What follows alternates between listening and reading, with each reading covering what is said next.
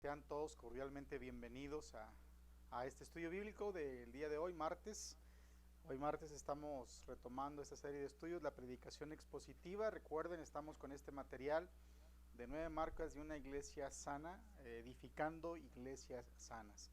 Queremos dar gracias a Dios por estos tiempos de estudio y quisiera aprovechar, hermanos, para mandar un saludo a todas las personas que han tenido a bien conectarse durante toda esta serie de estudios. A los hermanos aquí de la ciudad de Irapuato, Guanajuato, de Salamanca, allá a los hermanos de Río Bravo, Tamaulipas y Aguascalientes y otros lugares del país que nos han estado siguiendo. Dios les bendiga, hermanos. Vamos a continuar el día de hoy con esta serie de estudios, edificando iglesias sanas, y estamos enfocados a la predicación o la proclamación de la palabra de Dios el día de hoy. ¿Cómo debemos hacerlo? ¿De qué manera podemos tener herramientas para poder proclamar la palabra del Señor a nuestra iglesia y pues a todas las personas que nos escuchen, con este deseo, hermanos, de compartir la voluntad de Dios para todos? Vamos a tomar tiempo para oración y comenzamos, hermanos. Señor, te damos gracias porque tú nos diriges, tú estás con nosotros en todo tiempo, y hoy queremos ponernos en tus manos para que tomes control de todo esto. Señor, bendice que tu Espíritu Santo hable a nuestra vida y que podamos entender con claridad y con sencillez tu palabra y este método que tú nos enseñas, Señor, para poder conocer mejor tu escritura, tu palabra. Nos ponemos en tus manos, dirígenos en el nombre de Jesús. Amén. Bien, mis hermanos, estamos hablando de edificando iglesias sanas y vamos a entrar ahora al capítulo 2 del texto de predicación expositiva. El primer capítulo que vimos de predicación expositiva fue la contextualización, y hablamos de lo que era la contextualización, lo que no era la contextualización, cómo no se debe presentar un mensaje de la escritura. Hablamos también de toda la forma de cómo nosotros podemos, de qué manera nosotros podemos armar y conocer y desarrollar la contextualización de un texto bíblico. Lo vimos en la clase pasada, el jueves pasado, y hoy vamos a entrar al capítulo 2, que tiene que ver con exégesis bíblica. Hablábamos de nuestro texto, hermanos, contextualizado para el día de hoy, y hablábamos de nuestro texto ahora en una vertical, donde vamos a hablar acerca de la exégesis bíblica. Y vamos a ver 3 puntos en el día de hoy. Elementos de introducción a la exégesis bíblica son 3 puntos fundamentales. El primero de ellos es dar al contexto bíblico y no al tuyo propio, al tuyo propio, el control sobre el significado del texto.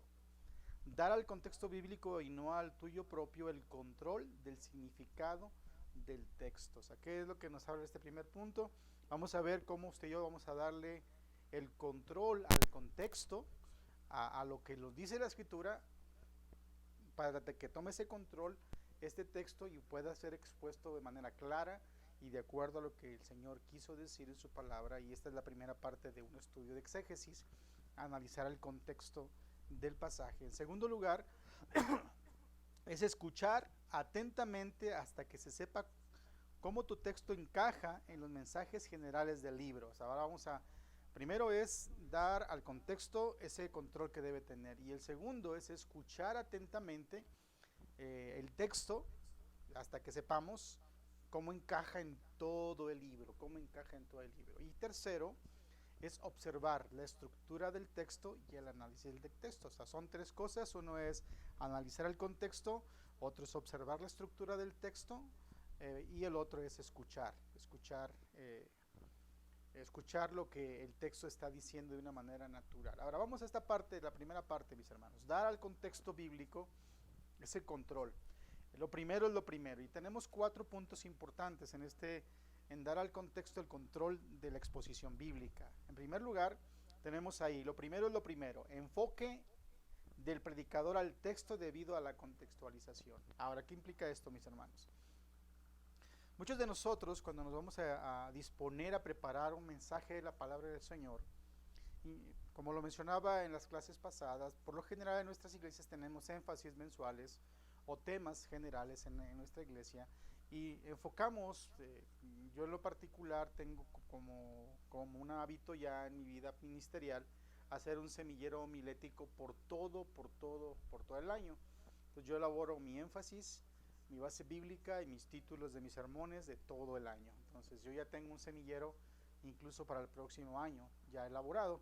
Y ahorita yo elijo un pasaje de la Biblia, y cuando elijo ese pasaje de la Biblia, lo primero que tengo que hacer para darle autoridad y control al contexto es enfocarme en el texto y en su contexto, su contextualización de ese momento. Lo veíamos en la clase pasada con todo detalle, cómo usted y yo podemos analizar ese contexto. Aquí usted y yo tenemos que en primer lugar que enfocarnos al contexto, y lo vamos a ver más adelante, leer el pasaje, saber en qué tiempo se está leyendo, a quién se está dirigiendo, cuál es el propósito de ese mensaje, y hacer un análisis de esa primera parte. En segundo lugar, debemos observar al contexto general y el contexto inmediato. Es básicamente lo mismo que mencionábamos la vez pasada. De hecho, la semana pasada lo enriquecimos con todos los contextos que habíamos que estudiar, pero aquí habla, hermanos, básicamente de observar lo que está aconteciendo antes y después del pasaje que vamos a predicar. Un ejemplo, por ejemplo, cuando usted analiza un pasaje, por ejemplo, del Antiguo Testamento y elige Jeremías. Usted lee el capítulo 1 de Jeremías, entonces, como es el capítulo 1, no tiene un anterior, entonces ve lo que está ocurriendo en el tiempo de los profetas de Jeremías, contemporáneos a él, y usted puede ir viendo un contexto inmediato. En el capítulo 2, ver el contexto que sigue ahí, y tiene que tomar tiempo para ver el contexto inmediato, que es antes y posterior, y el contexto de todo lo que en sí el libro menciona. En tercer lugar, buscar términos del tema en pasajes paralelos. O sea, elijo un versículo de la palabra de Dios o versículos de la palabra de Dios para predicar, entonces yo tengo que hacer una lista de términos, y por lo general todas las Biblias de estudio, a un lado de los textos vienen los pasajes paralelos. Entonces los pasajes paralelos a mí me van a ayudar para poder dirigirme y enriquecer el contenido de ese pasaje. Los términos de esos pasajes los puedo checar en los otros pasajes. Ahora, hay recursos. Si usted algún día tiene la posibilidad de adquirir una Biblia que se conoce como palabra clave, en esa Biblia usted puede tener los términos. Esa Biblia tiene como recurso tener un diccionario en griego y en hebreo, y lo va a canalizar, lo va a dirigir a poder saber qué significa ese término en los idiomas originales. Pero tenemos que buscar términos de los temas en los pasajes paralelos. Tenemos que buscar la manera de ver ese mismo término, como lo dice en un pasaje paralelo de ese mismo texto. Número 4, el contexto del vocabulario. Cada libro tiene su forma literaria, cada libro tiene su forma de escritura, y si vamos, por ejemplo, hermanos, a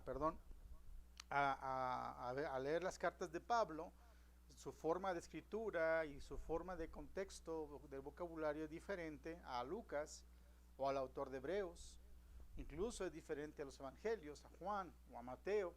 Son completamente diferentes. Entonces tenemos que conocer el contexto del vocabulario en el que está haciendo. Decimos que cuando Jesús escribió los evangelios, el idioma en que se hablaba en aquel tiempo era el arameo, y se escribe en griego los libros del Nuevo Testamento. Entonces tenemos que analizar el contexto. Ahora, retomando un poquito esto, dar al contexto autoridad es enfocarnos en el contexto del texto, hermanos, que hemos elegido.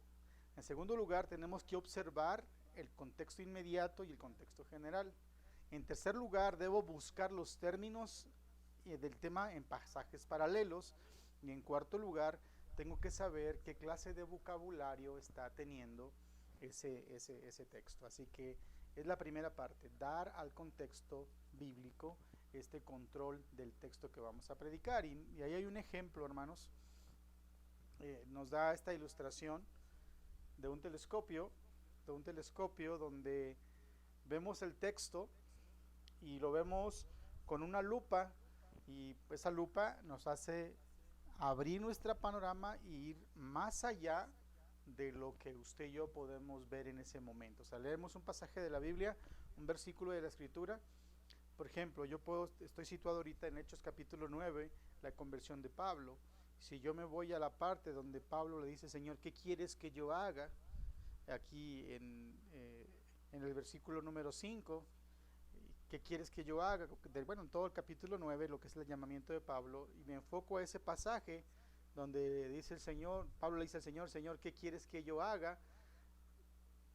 Vemos, y yo saco ese texto, hermanos, y empiezo a meterme en ese texto y empiezo a contextualizar ese texto, contexto inmediato, constante, palabras que tienen que ver con ese estudio, con este pasaje del texto, y se me va a ampliar la visión hasta el día de hoy en este estudio del contexto. Ahora, la siguiente parte, hermanos. Escuchar atentamente. Y me pareció muy interesante y me llamó la atención, hermanos, esta parte como el autor maneja este bosquejo. Primero nos dice que tenemos que darle autoridad al contexto del texto, y ahora nos dice que debemos escuchar atentamente al texto, y nos pone esta figura, dice escuchar la línea melódica del texto. Vea lo que se nos dice ahí. Una línea melódica es una breve secuencia de notas que forman una porción distintiva de una canción. Voy a repetir esa parte. Una línea melódica es una breve secuencia de notas que forman una porción distintiva de una canción. Melodía. Notas, acordes agradables que cumplen como propósito la composición de algo agradable al oído, como es la música.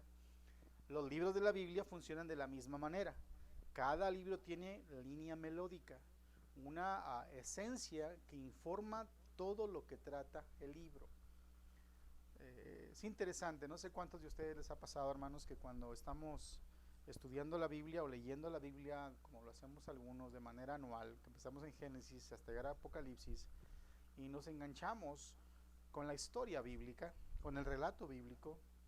A mí me pasa mucho con los libros de los Reyes y con los libros de los Salmos, los libros de los Proverbios, los Evangelios, que empiezo a leer y a leer y a leer y a leer, y empiezo a sentir y no me doy cuenta del tiempo que yo dispongo para leer, porque de alguna manera estoy sintonizado y estoy en una armonía de mensaje que me gancha y que de alguna manera me está alimentando, que no quiero dejar de leer, y me gusta, es como las canciones. Cuando usted empieza a escuchar una canción y le gusta, la escucha una, dos, tres, infinidad de veces. Así es la Biblia.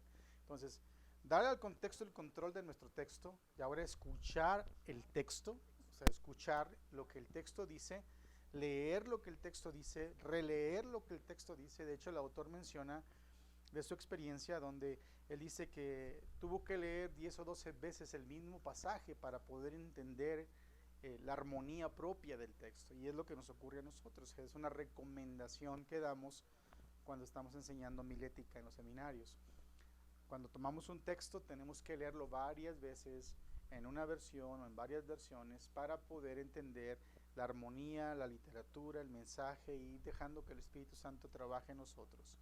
Entonces tenemos aquí pasos para encontrar la línea melódica. O sea, igual, cuando uno aprende música, cuando uno fue al seminario y le dieron música, aunque no era músico, se nos enseñó teoría musical. Entonces nos enseñaron a dirigir canto congregacional y empezamos a aprender los tiempos, a leer el pentagrama, las notas del pentagrama, marcar los tiempos, y tuvimos que tener un método, una forma de cómo hacerlo. Entonces también en la escritura tenemos un método para encontrar la línea melódica del texto. Esto es bien interesante. En primer lugar, para poder encontrar la línea melódica tenemos que dar lectura de principio a fin. O sea, y tenemos un refrán muy común allá afuera: un texto sin contexto forma un pretexto, da para un pretexto. Entonces, ¿qué tenemos que hacer? Si yo voy a leer, voy a predicar de Hechos capítulo 9, tengo que leer el capítulo 9, el capítulo 8, el capítulo 10 y a lo mejor más, o a lo mejor hasta todo el libro de los Hechos para entender. Pero tengo que leer todo el pasaje, no me puedo centrar solamente en un versículo. Si Pablo dice aquí: Señor, ¿qué quieres que yo haga? Entonces tengo que leer lo que está antes de Señor, que yo quieres que yo haga, y después de lo que el Señor quiere, y tengo que leerlo todo de principio a fin para tener una información completa y saber qué es lo que el autor está diciendo. En segundo lugar, palabras y conceptos y frases repetidas o repetitivas. Tenemos que estar leyendo y ver cómo se repiten varias palabras. Por ejemplo, la palabra fe, amor, fidelidad, perseverancia, servicio. Se pueden repetir varias veces. Yo voy dándome cuenta de cómo varias palabras, una misma palabra aparece en ese mismo capítulo o en esos capítulos de la misma manera, y eso me da una melodía de información donde digo, el autor está hablando del amor. Entonces yo tengo que identificar esas palabras o conceptos o frases repetitivas. En tercer lugar, la declaración del propósito, o sea, saber cuál es el propósito del por qué se escribe eso en ese tiempo, en esa historia.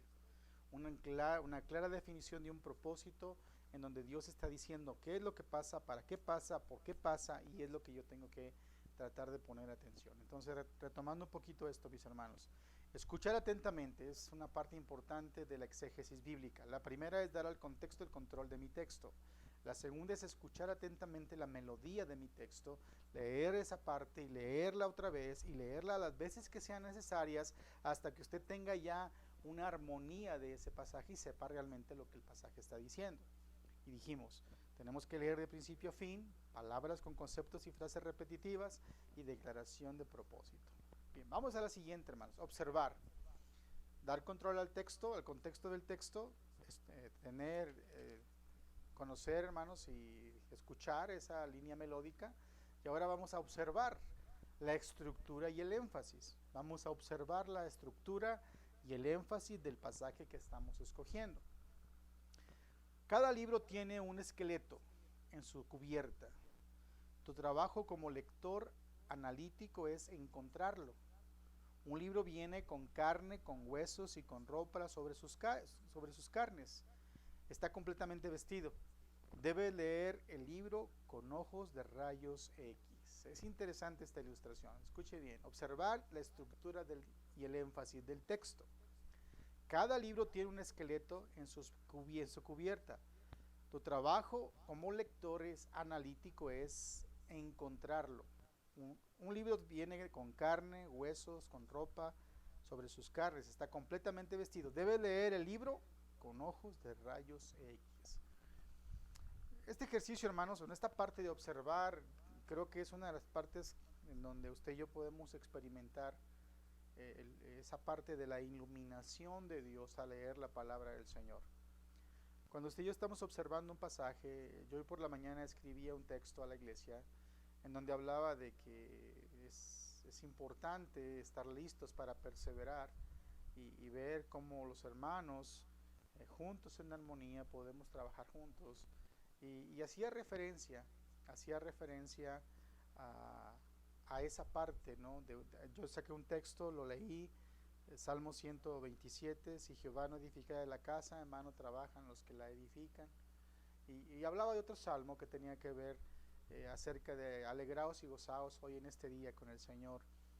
Y el Señor nos ilumina, o sea, Dios al observar la lectura, al leer la lectura y a estar observando todo lo que está ocurriendo, vemos el pasaje, empezamos a adentrarnos en el pasaje y no solamente vemos el esqueleto, bueno, la carne o el esqueleto, sino que llegamos hasta los huesos, hasta los tuétanos. Dios nos lleva hasta lo más profundo y nos da una iluminación y nos da un mensaje que dar en su momento a cada uno de nosotros. Y tenemos esa figura que aparece enseguida.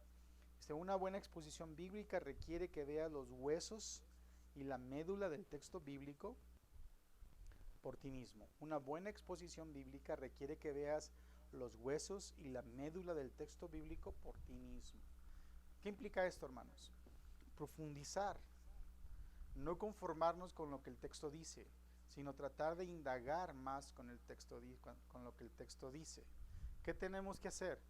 Tenemos que ir, sí, al texto, a los términos del texto, buscar un diccionario, buscar un comentario y profundizar hasta escribir lo que el Espíritu Santo nos está indicando que quiere decir desde lo más profundo de su palabra para la iglesia o los hermanos a los que vamos a instruir. Por eso es que una buena exposición bíblica requiere que veas los huesos y la médula del texto bíblico por ti mismo. Ahora escuche lo que sigue. Cada texto tiene una estructura. Esta revela el énfasis, de modo que mi sermón deberá someterse correctamente a la forma y al énfasis del texto.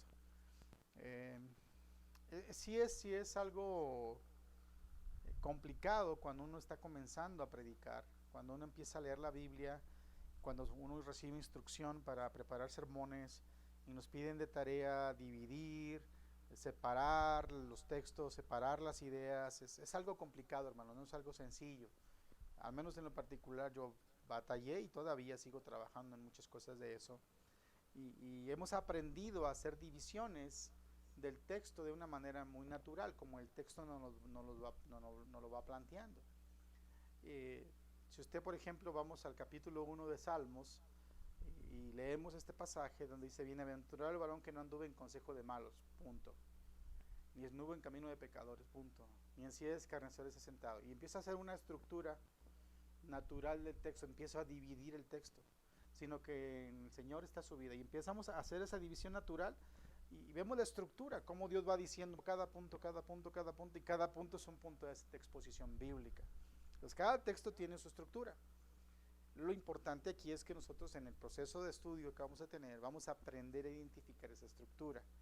Esta revela el énfasis de modo que mi sermón deberá someterse, hermanos, a esa estructura. Aquí es donde entra un riesgo. Cuando yo elijo un texto, hermanos, y no me evoco a su estructura, probablemente pueda presionar o forzar el texto para un principio o una enseñanza que Dios no quiere decir en ese momento. Por eso debemos tener cuidado. Ahora, ¿cómo encontrar la estructura del texto? Aquí hay algunas recomendaciones, hermanos, que vamos nosotros a tomar en cuenta. Esto nos va a ayudar a ilustrar un poquito cómo yo puedo encontrar esta estructura. En primer lugar, usar estrategia de lectura que funcione bien en cualquier lugar. ¿Qué es lo que tengo que hacer? O sea, tengo que buscar una lectura, busco la lectura en una versión, busco la lectura en otra versión y en otra versión, y yo voy a tener una información de otras versiones donde veo que mi lectura es general y la puedo entender. En segundo lugar, debo entender qué tipo de lectura estoy estudiando. Cuando hablamos del contexto o el método en el análisis contextual que vimos la vez pasada, el contexto, cuando vemos asuntos preliminares y vemos el método, vemos en qué forma en forma literaria está escrita el texto que estoy leyendo. Entonces, ¿qué tengo que hacer? Pues identificar qué tipo de lectura estoy teniendo, si es biográfica, si es teológica, si es escatológica, si es profética, si es epistolar, etcétera, si es poética, sapiencial, dependiendo de la forma literaria del texto, de cómo yo debo tomar en cuenta esto. En tercer lugar, debe entender la narrativa y la trama del texto, la cual podemos dividir en 5 partes. O sea, y esto es bien interesante, hermanos, porque de hecho la predicación narrativa es un curso completo, y de ahí se toma esta parte donde usted y yo podemos estructurar esa estructura del texto, y nos da una recomendación. Mire, en primer lugar, para poder entender la narrativa, es el escenario incluirá normalmente el lugar, la época y una introducción de los personajes. O sea, cuando yo estoy tratando de entender la narrativa del texto, debo investigar el lugar, la época y los personajes que están involucrados en el texto que yo elegí. En segundo lugar, el conflicto es la parte de la historia que proporciona tensión dramática y una sensación de que algo debe resolverse. Puede ser muy claro, como una amenaza violenta, o puede ser muy sutil, como una confusión emocional. O sea, ¿qué es lo que tengo que hacer aquí? El conflicto. Primero, el escenario, personajes, lugar, todo lo que tiene que ver con la época.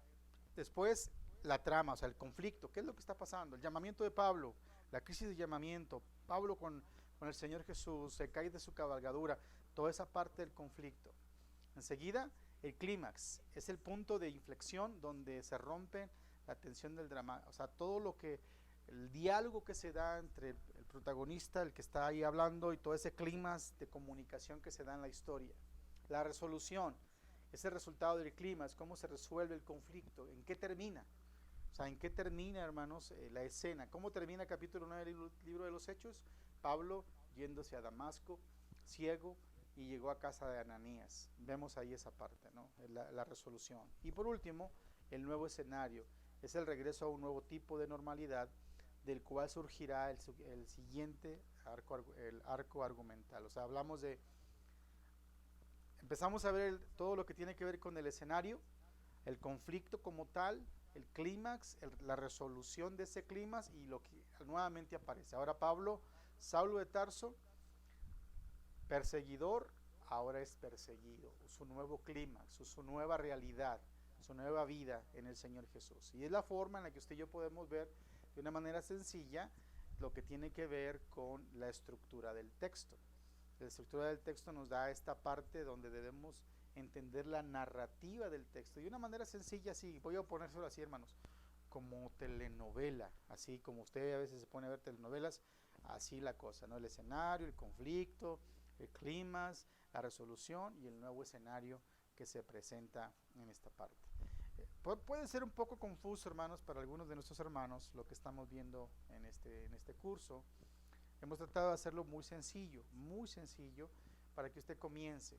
Ahora, en el próximo estudio vamos a hacer un ejercicio homilético, bueno, de predicación expositiva con lo que hemos estudiado hasta aquí, con el contexto, con el análisis, lo que es la parte del primer capítulo, que es la contextualización, y ahora con lo que es la exégesis. En esas dos partes vamos a hacer un ejercicio porque es la mitad de una predicación, la mitad de una exposición bíblica. Vea lo que tenemos.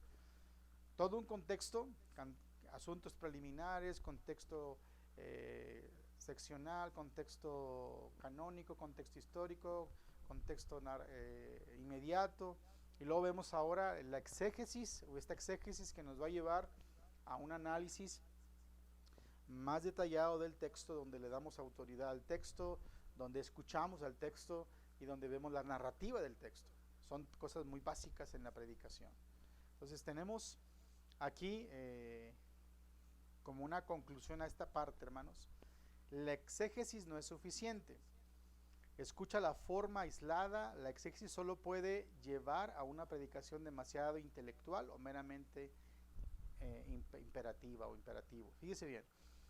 Contextualización y exégesis. Usted puede hacer una exégesis del texto con lo que acabo de compartirle. Y usted puede decir, estoy listo para predicar. No, todavía no, hermanos. Usted tiene que hacer un análisis contextual, usted tiene que hacer una exégesis del texto, y después de eso todavía faltan dos cosas más que hacer, que es la teología. Tenemos que hablar de teología bíblica y tenemos que hablar de aplicación para el día de hoy. Entonces ahorita vamos a la mitad, vamos apenas a la mitad, y ahí en la figura que aparece nos da esta ilustración. Tenemos ahí el texto, la contextualización hacia nosotros, luego la exégesis que estamos estudiando ahorita, lo que son ellos, y entonces lo que pasaba, hermanos, en ese tiempo con ellos, en la historia bíblica, en el contexto bíblico, y nos da cierta capacidad intelectual y también nos da conocimiento de decir, esto es lo que tenemos que hacer, esto es lo que la Biblia dice que tenemos que hacer como algo imperativo, pero todavía no estamos listos para predicar. Todavía nos faltan dos temas más que tenemos que analizar, pero hasta aquí a mí me gustaría en la próxima clase hacer un ejercicio, hermanos, hacer un ejercicio de elaboración de un texto bíblico con contextualización y también con una pequeña exégesis. Entonces, retomando un poco, hermanos, lo que hemos estado estudiando. El día de hoy iniciamos este capítulo 2 y lo voy a repetir un poco porque sé que es un poco difícil a veces para asimilar. Y hablamos de los elementos de la introducción de la exégesis. Y de la exégesis en sí es dar el contexto al contexto bíblico, el control de nuestro texto. Es escuchar, es observar la estructura del texto. Y vimos en esta parte que esto nos va a dar, si yo hago estas tres cosas, me va a dar una visión desde un telescopio, desde una lente, algo mucho más amplio de lo que quiero compartir. Hablamos de escuchar atentamente, escuchar la línea melódica del texto, y también hablamos de observar la estructura del texto. Si se ve, es algo muy sencillo, muy simple. El contexto bíblico, el escuchar y el observar, elementos básicos del exégesis, es lo que tenemos que hacer. Ahora, sí es, hermanos, tarea, sí se requiere tiempo. Usted puede darse cuenta que preparar un sermón bíblico no es tan sencillo, no es nada más tomar la historia de Pablo, la historia de David o la historia de Josué y predicarla. Tenemos que estudiar lo que la Biblia dice y de esa manera poder tener un análisis, pues, si no muy profundo, teológicamente hablando, sí una exégesis que nos dé una vista clara de lo que está ocurriendo en nuestro texto que vamos a predicar. Pues no es tan sencillo, hermanos.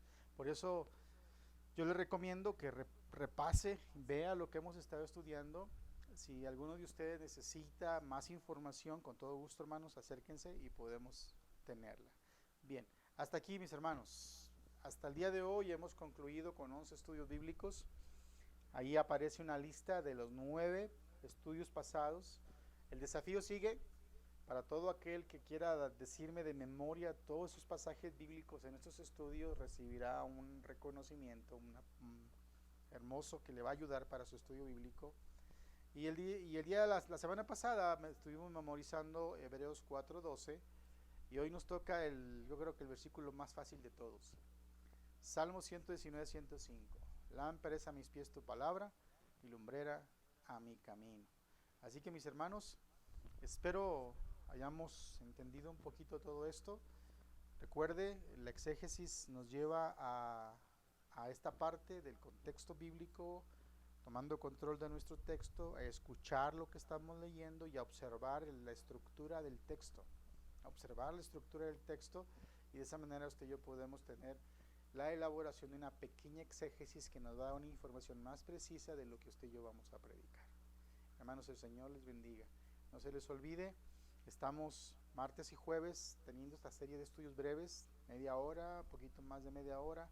Estamos teniendo este ejercicio para que usted pueda en un corto tiempo ir alimentándose, y cualquier sugerencia, cualquier recomendación, cualquier pregunta, con toda confianza, y puede hacerlo a través de los grupos de nuestra iglesia, por teléfono o por donde usted pueda y donde quiera. Vamos a orar, mis hermanos. Te damos gracias, Señor, por este tiempo. Gracias por tu palabra. Hay mucho que aprender de ella. Permítenos ser atentos a ella y poner atención a lo delicado que es la exposición de la misma.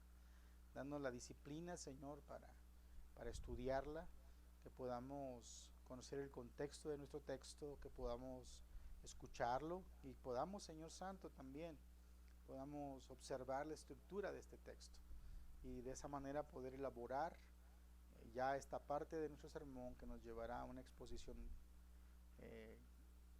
llena de tu palabra, Señor, y no de nosotros. Nos ponemos en tus manos. Gracias por este tiempo en nombre de Jesús. Amén. Señor les bendiga, hermanos. Gracias.